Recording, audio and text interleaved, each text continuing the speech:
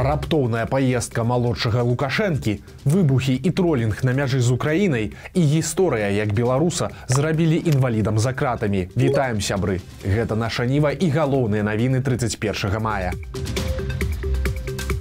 Выбухі на мяжы з Беларусю. Каля пункта Тры сястры, дзе сыходзяцца межы Украіны, Беларусі і Расіі, прагучаў магутны выбух. Узарвалі частку дарогі з украінскага боку ў Чарнігаўскай вобласці. Прычым, зрабілі гэта расіяне. Маўляў, каб украінцы не выкарысталі дарогу для нападу. Гэта пацвердзілі і украінскія памежнікі, адзначыўшы, што Расія ад мантры «Кіеў за 3 дні» перайшла да падрыву дарог у страху перад украінскім контрнаступам. Спікер памежнай службы Украіны Андрэй Демченко паведаміў, цытата: «Украіна не агрэсар. Наша дзяржава толькі абараняецца, і Бранск нам не патрэбны». А самалёт Лукашэнкі сёння накіраваўся ў Расію. Раніцай Боінг, які звычайна выкарыстоўваецца для афіцыйных візітаў, вылеціў з Мінска ў бок Расійскай Федэрацыі. Праўда, пра замежныя візіты Александра Лукашэнкі нічога не паведамлялася. Канал Антона Матолькі паведамляе, што на борце знаходзіцца не сам Лукашенка, а яго старэйшы сын Віктор. Удзень борт рухаўся ў бок Татарстана, але пазней беларускі расследавальніцкі цэнтр паведаміў: Боінг ляціць у Кітай альбо Манголію. З чым звязана такая раптоўная паездка Лукашэнкі-малодшага, пакуль невядома. У Латвіі выбралі новага прэзідэнта. Ён добра вядомы беларусам. Настолькі добра, што ў Беларусі на яго завялі крыміналку. Гаворка пра Эдгара Рынкевічса, былога міністра замежных спраў Латвіі. Менавіта ён цяпер стаў кіраўніком краіны. Рынкевічсу 49 гадоў. Ён паслядоўна падтрымлівае дэмакратычныя сілы Беларусі і з'яўляецца адным з самых лютых прыхільнікаў санкцый у дачыненні да беларускіх уладаў. Менавіта Рынкевічс у 21 годзе падчас чэмпіянату свету па хакеі замяніў у рызе сцяг Беларусі. Замест чырвона-зялёнага павесіў бел-чырвона-белы. За гэта лукашэнкаўскія ўлады нават завялі на яго крымінальную справу. Асабліва тады падгарэла ў лукашэнкаўскіх прапагандыстаў, бо Эдгар Рынкевічс яшчэ ў 14 годзе здзейсніў камін-аут і стаў першым палітыкам у гісторыі Латвіі, які адкрыта прызнаў сваю гомасексуальную арыентацыю.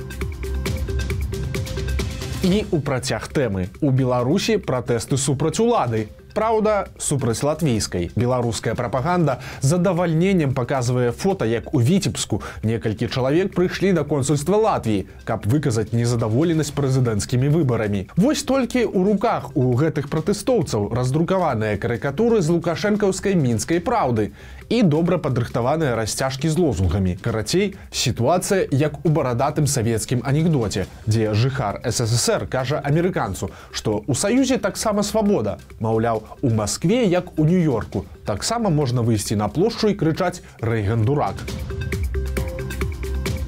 Беларускія і украінскія памежнікі працягваюць узаемны тролінг. Яны перыядычна абменьваюцца паведамленнямі на адлегласці. Так, напрыклад, украінцы гучна ўключалі паветраную трывогу, каб беларусы зразумелі, што гэта такое.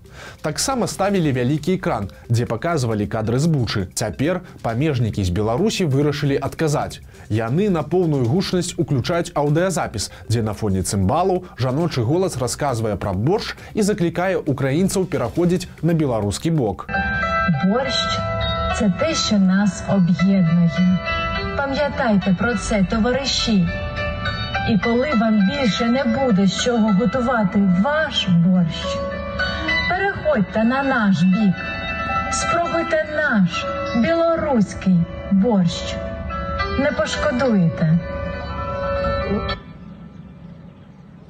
Украінскія памежнікі аператыўна адрэагавалі, напісаўшы ў сваім афіцыйным канале, што сёння беларускі боршч хутчэй падобны на расійскія шчы альбо турэмную баланду. Маўляў, ешце самі, не падавіцеся, а да сябе не запрашаем, бо пашкадуеце.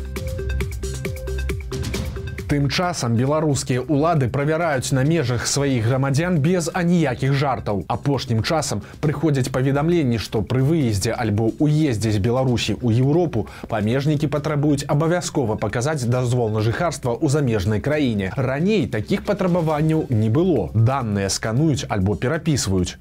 Таксама, як паведамляе Радыё Свабода, на даглядах з'явіліся людзі ў цывільным.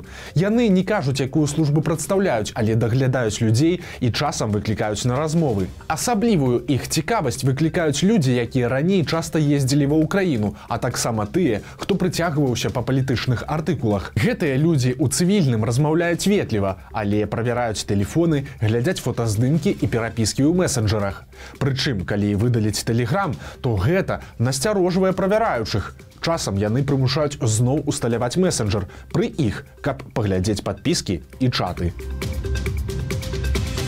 Белстат назваў самыя папулярныя імёны, якімі сёння называюць дзяцей у Беларусі. Для хлопчыкаў гэта Михаил, Артём, Матвей, Максим, Марк і Александр. Для дзяўчынак Софія, Марыя, Ганна, Аліса, Ева і Ксенія. Дарэчы, многія імёны папулярныя не першы год. У 22-м Максим, Марк і Михаил таксама былі ў лідарах сярод бацькоў хлопчыкаў, а Ганна, Софія, Марыя і Аліса сярод бацькоў дзяўчат. Яшчэ цікава, што ў Беларусі дзяўчат менш. Па даных таго ж Белстата, на 1000 хлопчыкаў прыпадае 950 дзяўчынак. Стала вядома, як будзе выглядаць помнік славутаму пісьменніку Змітраку Бядулю. Ён, дарэчы, мае непасрэднае дачыненне да нашай Нівы. Менавіта ў гэтай газеце Бядуля публікаваў свае першыя творы. Дарэчы, не ўсе ведаюць, што сапраўднае імя пісьменніка Самуіл Плаўнік.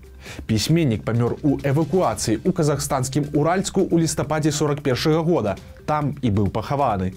У 20-м годзе адбылося перапахаванне ў Мінску на ўсходніх могілках. Тады адбыўся казус. Бядулю, які быў нерэлігійным яўрэем, перапахавалі з удзелам бацюшкі, а на магіле паставілі праваслаўны крыж з рускамоўным надпісам. Цяпер на магіле пісьменніка будзе помнік, выкананы з зялёнага граніту. Па задуме скульптара, пліта сімвалізуе зялёную ніву пад парывам ветру, а падыход да помніка плануюць зрабіць з брукаванкі, што сімвалізуе складаны жыццёвы шлях Змітрака Бядулі. Для вытворчасці і устаноўкі помніка неабходна сабраць 12,5 тысяч рублёў. Калі вы можаце дапамагчы, рэквізіты ў першым каментары пад відэа. Жудаснае здарэнне адбылося ў Шклоўскім раёне. 52-гадовы мужчына пасварыўся са сваёю сужыцелькай. У выніку ён проста абліў яе бензінам і падпаліў. Пасля сам пазваніў у хуткую, але не адразу. Жанчына ў бальніцы з апёкамі большай часткі цела. За яе жыццё змагаюцца дактары. Мужчына затрыманы, заведзеная крымінальная справа.